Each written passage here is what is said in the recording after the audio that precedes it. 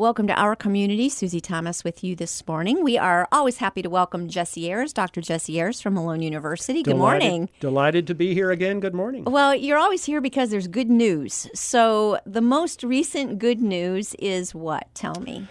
I have a composition we've discussed before called Beneath Suspicion. It's a mini opera for two sopranos, and it has won an honorable mention finalist from the American Prize. That is awesome. Awesome. And let's talk about what that means. Tell me about the American Prize, what that is. Well, the American Prize is a series of nonprofit competitions. It started initially to recognize performers, and then in the next year they recognized composers. And I was fortunate enough in 2011 to win the first one of those, the American Prize for Orchestral Composition in Awesome. 2011. Yeah.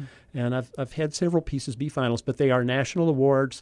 It's actually worldwide. Any composer who is either working in the United States or any American composer working anywhere in the world may enter pieces.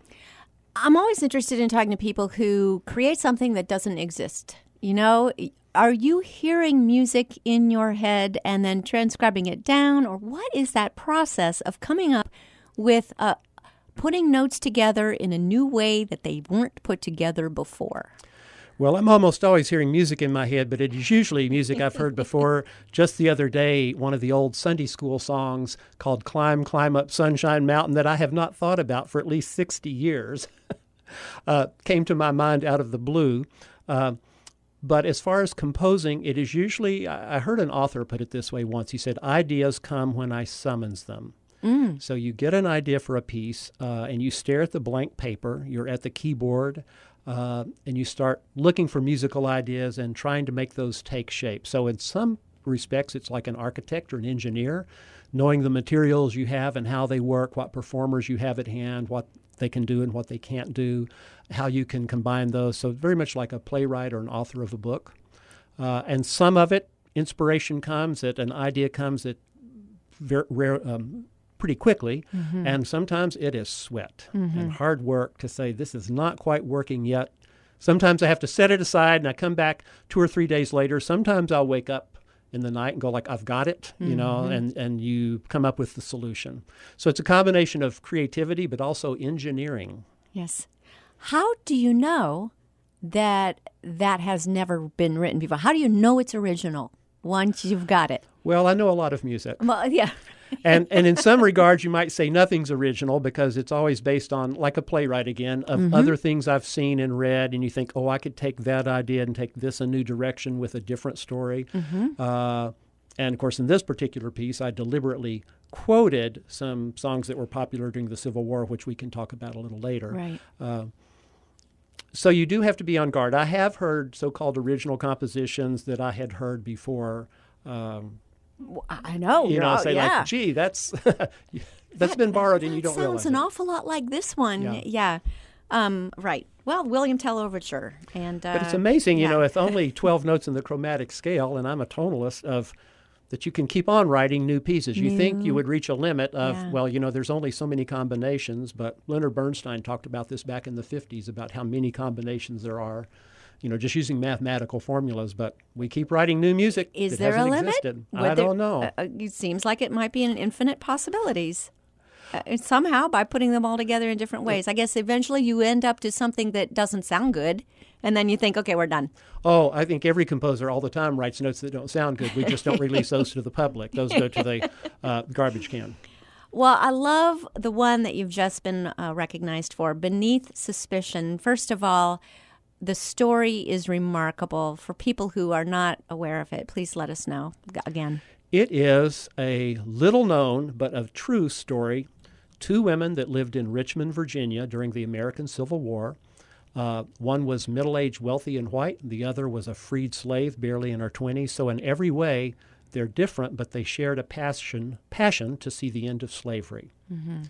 And the older lady, was known around Richmond as Crazy Bet. And there's speculation as to why perhaps she affected pretending to be a little bit crazy to throw people off guard, but she had an elaborate spy network, and she would entertain Union soldiers and get them liquored up, as we say in the South, and get their tongues flowing, and she would listen.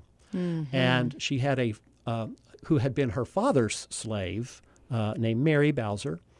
And when Elizabeth Van Loo's father died, she set her slaves free because they were now hers. She set them all free. She spent most of her fortune buying back families from slaves that had been sold off. Wow. And she had Mary educated. Mary was exceptionally bright, had a photographic memory, could read and write.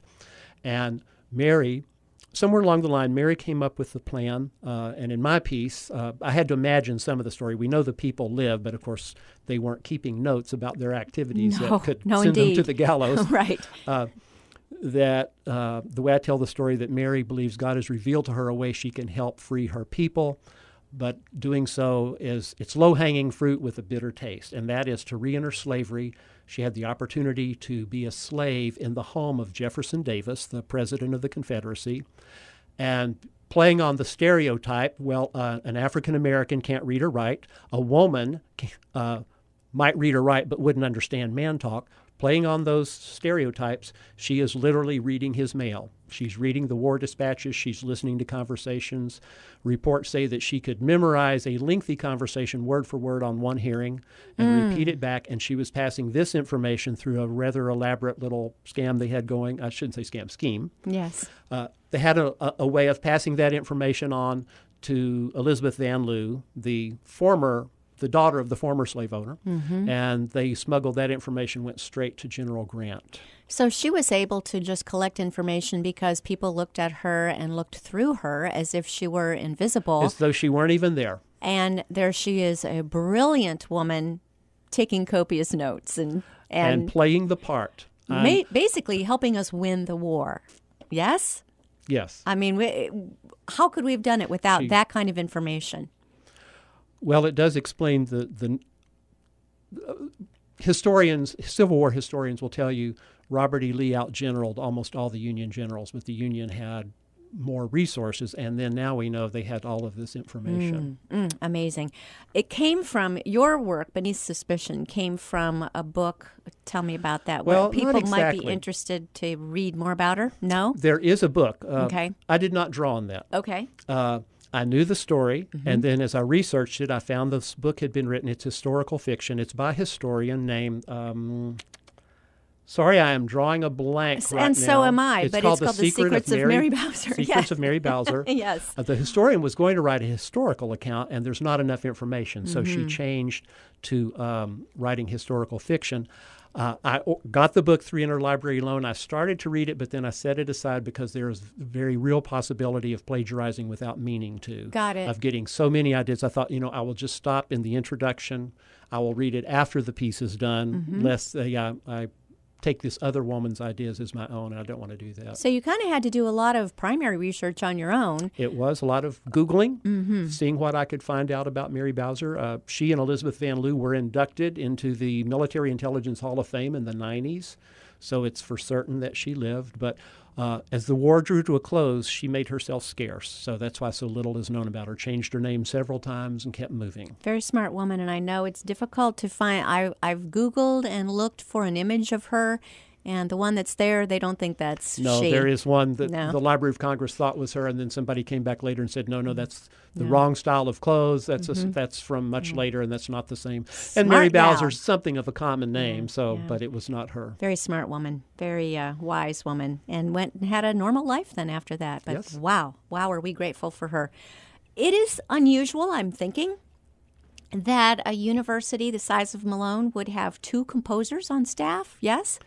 It is, and not only that, but award-winning? My colleague Jack Ballard was a semifinalist this year for the American Prize for Orchestral Composition. So cool. So both he and I have been recognized by the American Prize, and I'm really thrilled that Jack's piece was recognized for the quality that it has, because it is a good piece. And it doesn't stop there. The accolades just kept a-rolling. Tell me what else. They did. Malone Opera Theater and our 2 students that performed this piece we're discussing at Malone submitted the video to the American Prize. Has a special award called the Ernst Bacon Memorial Award for the Performance of American Music. And so it is for people that perform works by American composers about American topics. And obviously, Beneath Suspicion, I'm an American, and this is very much about two American women and what they did to contribute to our culture. They submitted that, and they made the semifinals. And that is Jessica Crowell, who just graduated this last spring, and Desiree Hargrove, who was just finishing up this spring and will graduate in May. They performed with Patrick Wycliffe as the collaborative pianist for the recording that they submitted. And I've got to tell you this. On that semifinalist list, we had two ensembles from Yale University, Ivy League school, from Cornell University, an Ivy League school, from the Eastman School of Music, one of the foremost music conservatories in the United States, from Peabody in Baltimore that has an exceptional music program. And there is Malone University and Malone Opera Theater right alongside that in that semi list. I'm going to submit that right now there is a professor from Yale saying we are in among the likes of Malone University. I think they certainly should be. Mm-hmm. I am always amazed at the talent that comes through there. Talk about those young ladies. It's got to be something for you to complete a piece like this. And it's obviously very, very good. And then to put it into the hands of students and say, take it and bring it to life. How did that work? They really did an exceptional job. They did a lot of their own blocking. They were coached by Cynthia Volschlager, who at that time was the director of Malone Opera Theater and a vocal coach. But she gave them wide latitude to do the blocking, figure out the movement, interpretation. Then, of course, I worked with them on interpretation, just understanding the characters. How does Mary feel toward Bet? How does Bet feel toward Mary? And then I kept watching it grow. They've done several performances. They did it at Malone. They then did it downtown here in Canton for the McDowell Music Club. They had the opportunity to go to Mississippi, and they sang it for a National Composers Conference in Mississippi. Wow. Then the video they submitted was at last spring's Malone Opera Theater program, where we did 4 one-acts. One of those operas was by my colleague Jack Ballard, we were just discussing, which is an opera that takes place in a recording studio, which is an area of expertise of his, and it's very, very interesting, just the whole concept of the action takes place in a recording studio. They did my piece, and they did Suor Angelica, Puccini, and I'm almost drawing a blank. Trial by Jury. Oh, Gilbert that's and right. Sullivan was the comic closer. And our kids just did a bang-up job on all of those. So it was really interesting to watch how they developed and would change and say, instead of singing this line, I'm going to speak it, and some things that just added to the drama. And that's true in theater and in musical theater as performers grow. And then the piece was also done in Wichita when it won the Opera Kansas's Epic Modern Opera Contest in 2016. So I've seen the Wichita cast do it. Wow. And then, of course, Soprani Compagni from Indiana Wesleyan commissioned the work, and I've seen them do it twice personally, and they've also performed it in Handong, South Korea, along with in Indiana. I thought that's interesting because in South Korea, there? Yes. They had to explain a little about American history, and here's where we were. And I don't remember the event now, but they said, as they explained it, people said, yes, we've had something similar in our history, and so we can relate to this story. Isn't that interesting? Well, in your shoes, that's got to be very unusual, seeing all the different interpretations.